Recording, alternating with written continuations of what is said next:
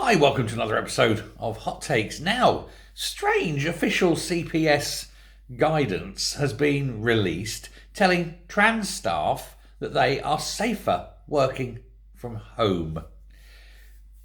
Why is this? This is official guidance that was actually commissioned by the Crown Prosecution Service last year.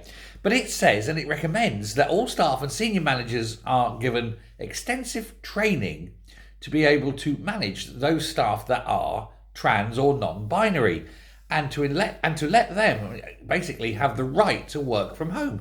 Now, are we saying that some people have more rights than others based on their particular mental illness? Seems weird.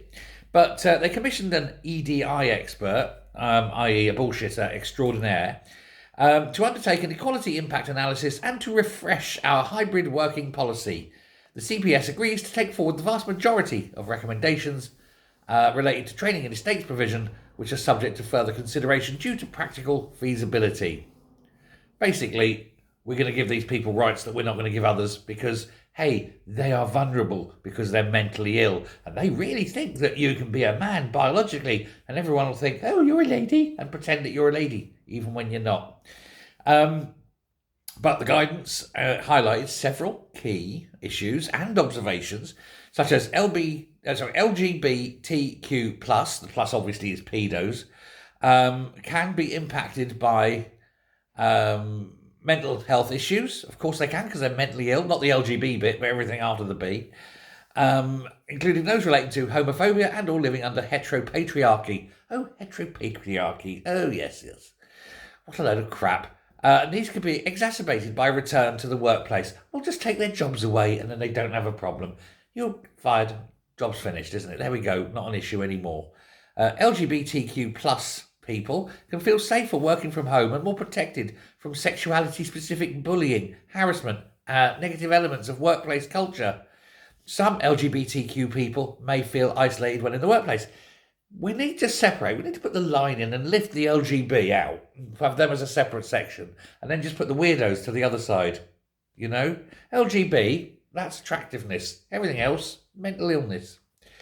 And it goes on about other things. Who cares? It's all bollocks, literally in some cases. Other things, the consultants recommended the following actions. Having workshops that create a culture of belonging. Oh, please. More management training.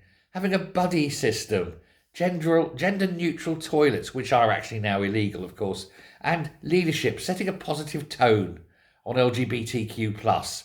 Yeah, don't mind you with LGBT. Nobody cares if you're gay. Nobody cares. We've moved on. We're not in the 1980s anymore. Move on.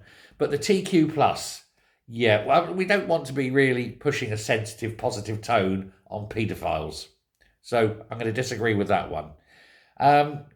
And they've started implementing them. They can't implement the toilet one, though. Thanks, of course, to the Supreme Court that says no matter how mentally ill you are the sex you are. You can't pretend to be anything else.